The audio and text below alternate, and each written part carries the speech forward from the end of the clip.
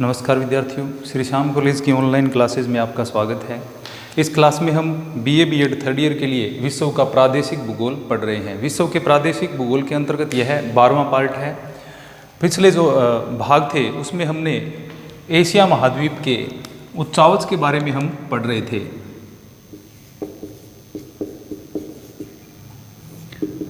Asia महाद्वीप के उच्चावच हम पढ़ रहे हैं और एशिया महाद्वीप के उच्चावच में हमने उत्तर की निम्न भूमि और जो मध्यवर्ती पठारी प्रदेश हैं और नदियों के मैदान हैं उनके बारे में हमने पढ़ लिया था।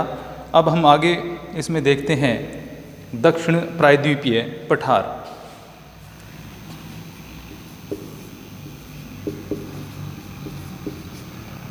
दक्षिण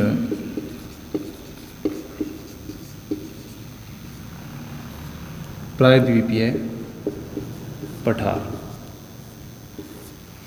दक्षिण प्रायद्वीपीय पठार मुख्यतः एशिया में कौन कौन से प्रायद्वीप हैं और ये जितने भी प्रायद्वीपीय पठार एशिया के हैं वो इसके दक्षिणी भाग में फैले हुए हैं, यानी इसका दक्षिणी भाग है। अब जैसे हम एशिया के चारों ओर देखें तो इसका उत्तरी भाग है वो आर्कटिक सागर से, पूर्वी भाग है वो प्रशांत महासागर से, दक्षिणी भाग है वो हिंद महासागर से, और इधर हम देखें तो इसमें लाल सागर का विस्तार इसके पश्चिमी भाग में हुआ है। तो दक्षिणी जो भाग है जो कि लगभग हिंद महासागर से ज़्यादातर टच कर रहा है, प्रशांत महासागर से भी कुछ हिस्सा इसका लगता है, तो उसमें क्या है प्रायद्वीपों का विकास हुआ है। उन प्रायद्वीपीय पठारों के बारे में हम पढ़ेंगे। तो प्रायद्वीप होता क्या है, सबसे पहले तो यह जानना आवश्यक है कि प्रायद्वीप क्या होता है। प्रायद्वीप क्या होता है, भूमि का वह भाग जो जल की ओर बढ़ा हुआ हो उसको भी हम प्रायद्वीप कहते हैं। जैसे ये भाग भूमि का और बढ़ा हुआ है, सागरीय भाग की ओर बढ़ा हुआ है, जिसके कारण इसको क्या कहा जाता है, प्रायद्वीप। इसके अलावा हम ये कह सकते हैं कि भूमि का वह भाग जो क्या है तीन ओर से जल से घिरा हो उसको क्या कहते हैं, प्रायद्वीप कहते हैं। अब जैसे भारतीय प्रायद्वीप का हम उदाहरण देखें तो यहाँ पर अरब सागर, दक्षिण में हिंद महासागर और यहाँ पर बंगाल की खाड़ी। तो इस तरह से ये तीन ओर से जल से घिरा हुआ भाग है, इसलिए इसको क्या कहते हैं, प्रायद्वीप। तो प्रायद्वीप की क्या परिभाषा है कि तीन ओर से जल से घिरा हुआ जो भाग है उसको प्रायद्वीप कहते हैं, या भूमि का वह भाग जो कि जल की ओर बढ़ा हुआ है उसे क्या कहते हैं, प्रायद्वीप कहते हैं। अब प्रायद्वीप एशिया के दक्षिणी भाग में फैले हुए हैं और दक्षिणी भाग में यानी एशिया में मुख्य कौन से प्रायद्वीपीय भाग हैं उनके बारे में हम पढ़ेंगे। तो यहाँ से अगर हम प्रारंभ करें तो सबसे पहला जो प्रायद्वीप आता है वह है अरब का प्रायद्वीपीय पठार। इसमें पहला है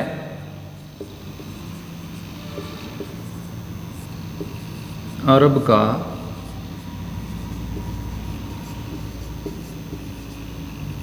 प्रायद्वीपीय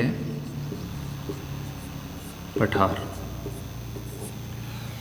अरब का प्रायद्वीपीय पठार जो है वो पहला एशिया का प्रायद्वीपीय पठारों में पहला स्थान रखता है। तो इसमें हम देखें तो जो अरब का प्रायद्वीपीय पठार है ये विश्व का सबसे बड़ा प्रायद्वीप है। विश्व का सबसे बड़ा प्रायद्वीप। इसकी स्थिति की बात करें तो यह कहाँ स्थित है, दक्षिण पश्चिम एशिया में। दक्षिण पश्चिम एशिया में यह विस्तृत है, यानी दक्षिण पश्चिमी एशिया वाला जो भाग है उसमें यह प्रायद्वीप है वो फैला हुआ है। अब इसकी अगर हम देखें कि जलीय भाग कौन कौन से हैं तो इसके अगर हम पश्चिम से प्रारंभ करें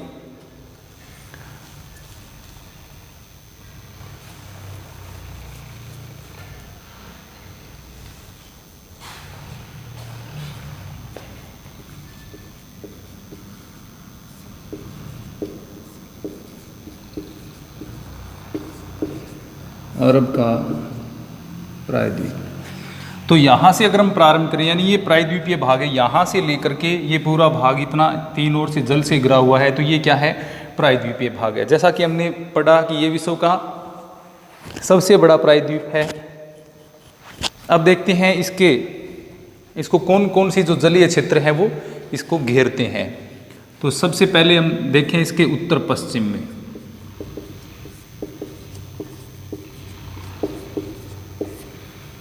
उत्तर पश्चिम वाला जो भाग है वहाँ पर अगर हम देखें तो यहाँ पर है अकाबा की खाड़ी। सबसे पहला जो जलीय भाग है जो कि इसके उत्तर पश्चिम में फैला हुआ है इस जगह पर, जिसका नाम क्या है, अकाबा की खाड़ी।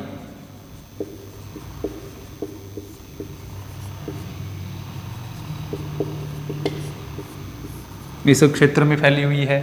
अब इससे थोड़ा सा इधर जाएं तो स्वेज की खाड़ी आ जाती है जो कि इससे आगे वाला जो हिस्सा है, लेकिन वह क्या है, प्रायद्वीप के साथ सीमा नहीं बनाती। अब इसके पश्चिम में हम देखें तो क्या है, लाल सागर। लाल सागर इसके पश्चिम में है। अब इसके हम दक्षिण पश्चिम की ओर चले जाएं, यानी थोड़ा और नीचे की तरफ जाएं तो यहाँ पर बाब अल मंद जो जल संधि है वो आ जाती है।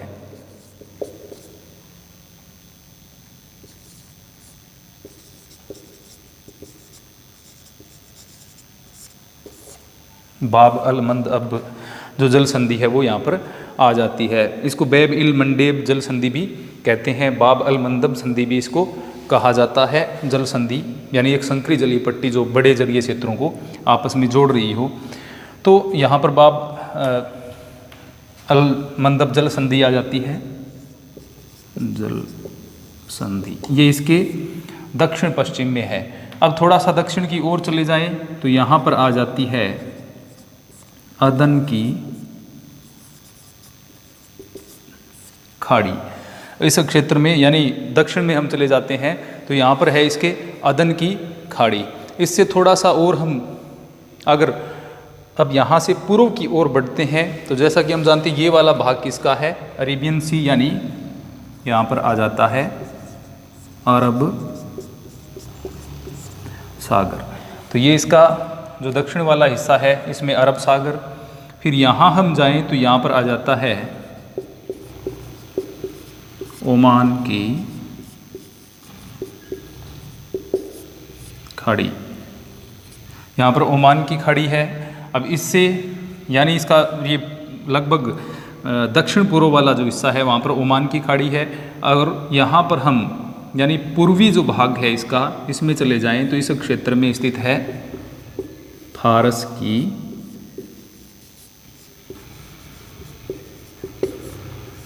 खाड़ी।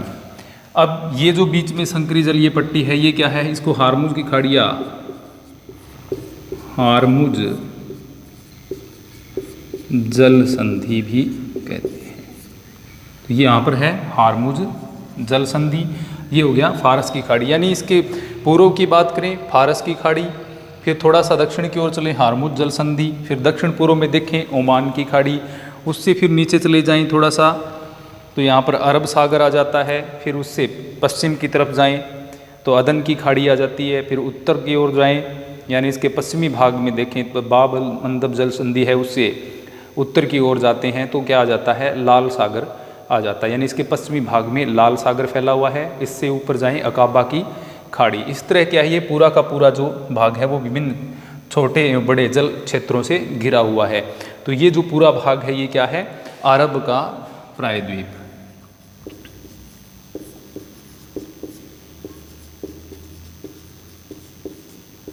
अब जैसा हमने पढ़ा विश्व का सबसे बड़ा प्रायद्वीप है। अगर इसकी हम समुद्र तल से औसत ऊंचाई की बात करते हैं तो लगभग क्या है, 2000 मीटर इसकी समुद्र तल से औसत ऊंचाई है।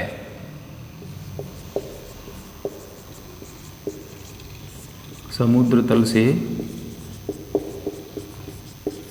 औसत ऊंचाई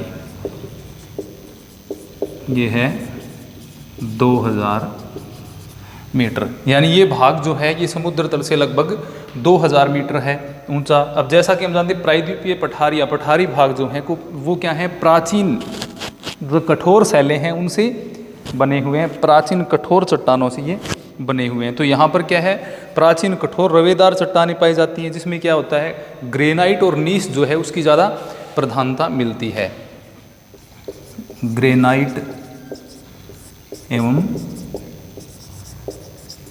नीस चट्टानों की ज़्यादा प्रधानता इस क्षेत्र में देखने को मिलती है। अब ये क्या है, लंबे समय तक जो भूगर्भीय हलचलें हुई हैं उनसे क्या हुआ, ये जगह जगह पर कटा फटा भी है, यानी कहीं पर तो ये स्पाट मैदान के रूप में देखने को मिलता है और कहीं पर क्या है, ये कटा हुआ पठार है, कटा फटा भी देखने को मिलता है, क्योंकि इतने लंबे समय से, क्योंकि ये सबसे प्राचीनतम जो भूखंड हैं विश्व के उनमें सम्मिलित हैं। और ये किसका हिस्सा है, ये है गोंडवाना लैंड का हिस्सा।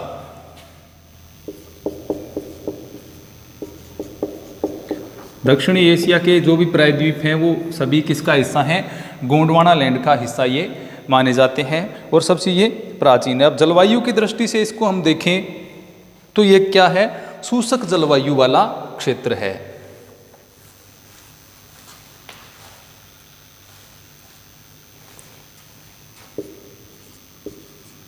जलवायु है यहाँ की शुष्क।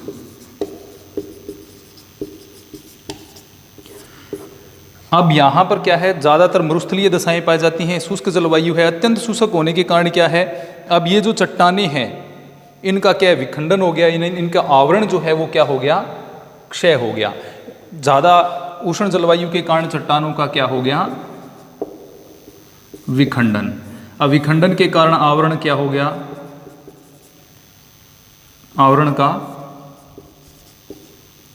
क्षय हो गया, यानी आवरण है वो इनका क्या हो गया, ऊपर का जो आवरण था वो एक प्रकार से यहाँ से हट गया। अब इसके कारण क्या है, इसका जो ऊपरी भाग है उसमें रेत का विस्तार ज़्यादा पाया जाता है, यानी ये रेतीला क्षेत्र अब बन गया है, चट्टानी क्षेत्र न बन करके। तो यहाँ पर क्या है, ज़्यादातर मरुस्थलीय दशाएं देखने को मिलती हैं, क्योंकि ज़्यादा तापमान के कारण और शुष्कता के कारण यहाँ का जो क्षेत्र था वहाँ उस पर जो चट्टानें थी उनका क्या हो गया, क्षय हो गया, जिसके कारण ये चट्टानें, इसके ऊपर क्या है, रेत की परत है वो बिछ गई। तो पूरा ये जो क्षेत्र है ये कैसा है, अब मरुस्थलीय, शुष्क मरुस्थलीय क्षेत्र है। अब इस क्षेत्र में हम बात करें तो मोटी जो रेत की परत पाई जाती है। अब इसमें मुख्यतः जो देश हैं उनमें सबसे ज़्यादा क्षेत्र वो आता है सऊदी अरब का, सऊदी अरब। तो सबसे ज़्यादा विस्तार इसमें सऊदी अरब का है। अगर इसके बाद की हम बात करें, सऊदी अरब के बाद यहाँ पर देखें तो इसमें जैसे यमन है, ओमान है, ये वाला क्षेत्र यमन, इसके बाद आगे चले जाएं यहाँ पर ओमान, ऊपर जाएं बहरीन, कतर,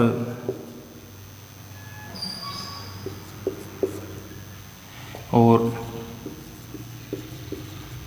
कुवैत, ऊपर चले जाएं तो आगे मेसोपोटामिया का मैदान आ जाता है, यानी इराक, और उसके बाद में ईरान का जो क्षेत्र है वो इससे आगे चला जाता है। यानी इसका उत्तर जो लगभग भाग जो है उसमें क्या है, मेसोपोटामिया का मैदान इसके उत्तरी भाग की ओर फैला हुआ है। तो इस प्रकार यहाँ से क्या है, जैसे कतर है, बहरीन है, यूएई है, उसके बाद यहाँ पर ओमान है, इधर चले जाएं तो यमन आ जाता है, फिर इससे ऊपर की तरफ हम जाएं तो सऊदी अरब आ जाता है। तो यहाँ पर ये जो क्षेत्र है, अब जैसे इनके नाम से स्पष्ट है, सऊदी अरब है, Yemen, Oman, Qatar, Bahrain, Kuwait, हमने इनके ज़्यादातर नाम किसके लिए सुने हैं, पेट्रोलियम।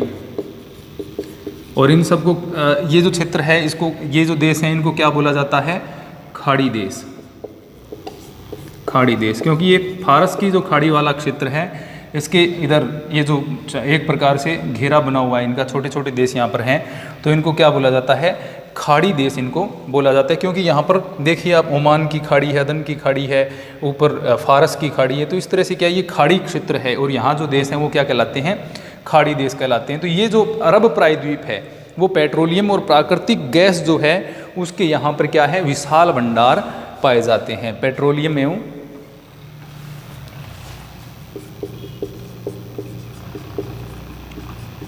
प्राकृतिक गैस के विशाल भंडार। तो ये पहला प्रायद्वीप था। जैसा हमने पढ़ा, प्रायद्वीप है वो क्या है, गोंडवाना लैंड का हिस्सा है प्रायद्वीपीय पठार, और ये विश्व का सबसे बड़ा प्रायद्वीप है, जो अरब प्रायद्वीप जिसको कहते हैं। पेट्रोलियम प्राकृतिक गैस के भंडार यहाँ पर पाए जाते हैं। इस क्षेत्र से अकाबा की खाड़ी, लाल सागर, अदन की खाड़ी, बाबल मंदब जल संधि, अरब सागर, फिर ओमान की खाड़ी आ जाती है, और ऊपर फारस की खाड़ी एवं हरमुज जल संधि। इस तरह से क्या ये तीन ओर से जलीय क्षेत्र से घिरा हुआ है, और सबसे बड़े प्रायद्वीप, विश्व का सबसे बड़ा प्रायद्वीप यह कहलाता है।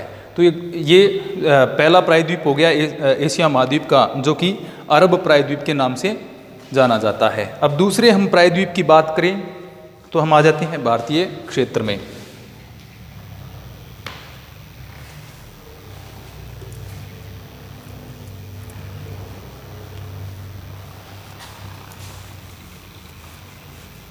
दूसरा बड़ा इसका जो प्रायद्वीप है वह है भारतीय प्रायद्वीप, भारत का प्रायद्वीपीय पठार।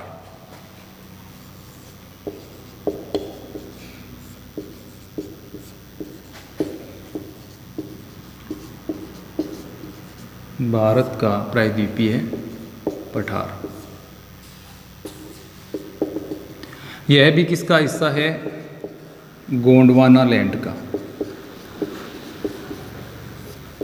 प्राचीन कठोर ग्रेनाइट और नीस जो चट्टानें हैं उनसे ही यह बना हुआ है, जो प्राचीन चट्टानों से निर्मित है। यानी ये भारतीय प्रायद्वीप पर स्थित है। इसको क्या कहा जाता है, अब दक्षिण भाग इसको डेक्कन प्लेट्यू या दक्कन का पठार, दक्कन का पठार भी इसको कहा जाता है। और ये किस प्रकार की आकृति में, अब यहाँ से हम देखें तो इस तरह से इसका ये जो भाग है, यानी ये कैसी आकृति में फैला हुआ है,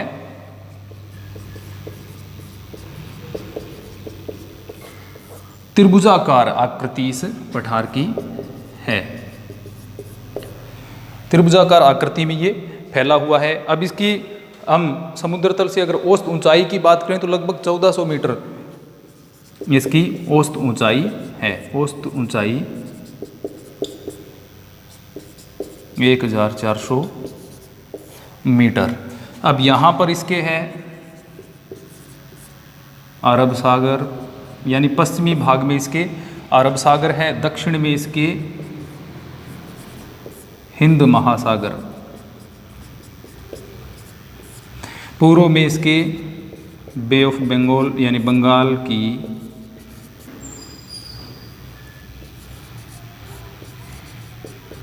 खाड़ी है। तो ये भाग जो है यानी तीन ओर से ये जलीय क्षेत्र से घिरा हो गया, और ये इसको क्या कहते हैं, भारत का प्रायद्वीपीय पठार या दक्कन का पठार इसको कहा जाता है। अब इसके उत्तरी भाग में हम बात करें तो इस क्षेत्र में विंध्याचल,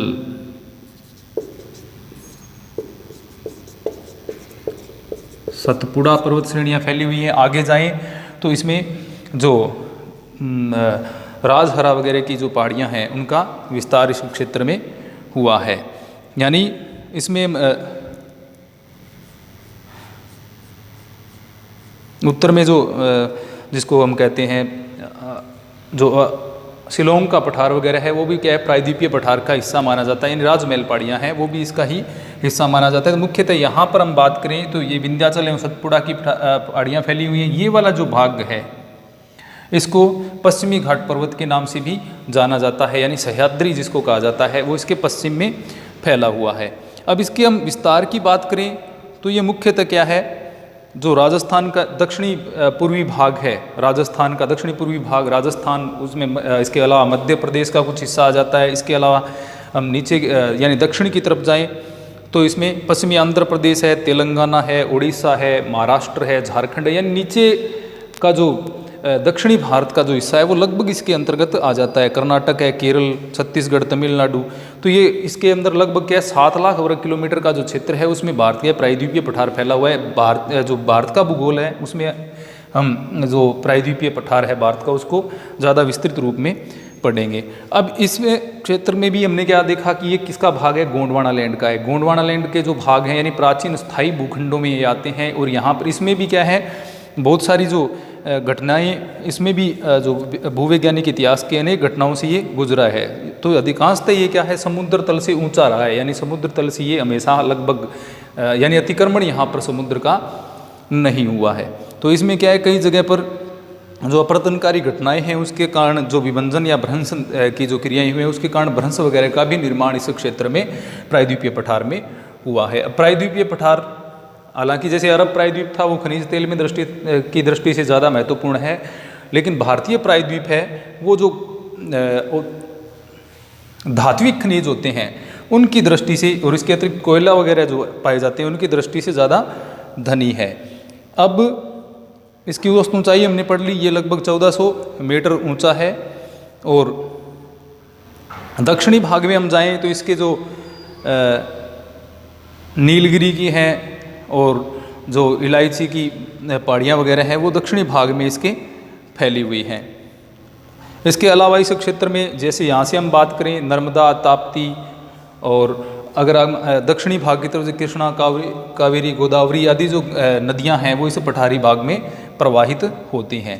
तो ये भारतीय प्रायद्वीपीय पठार है जिसके हमने देखा कि इसकी पश्चिमी सीमा अरब सागर, दक्षिण में इसके हिंद महासागर और पूर्व में बंगाल की खाड़ी है, और ये दूसरा बड़ा प्रायद्वीपीय भाग है। तो ये दो प्रायद्वीपीय क्षेत्र है वो एशिया के हो गए।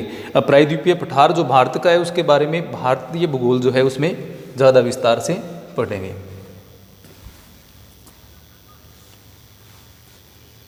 अब तीसरे पठार की हम या प्रायद्वीप की हम बात करते हैं। तीसरा जो है वह है इंडो चाइना या हिंद चीन का पठार।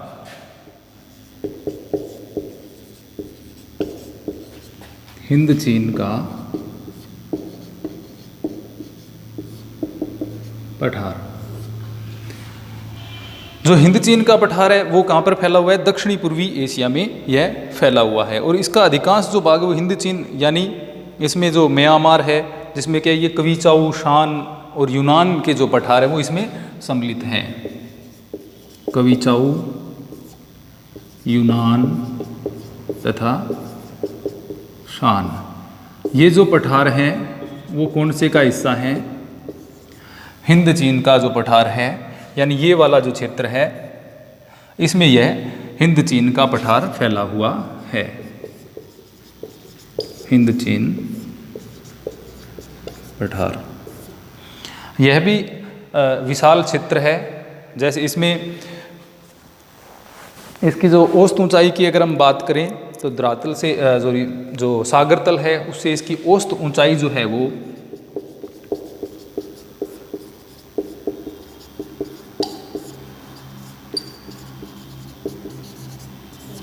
900 मीटर है। यानी ये लगभग कितना ऊंचा है, 900 मीटर सागर तल से ये ऊंचा है। अब इसमें जो सालविन है, इरावदी है, मेकांग है आदि जो नदियां हैं वो इसमें प्रवाहित होती हैं। सालविन, इरावदी,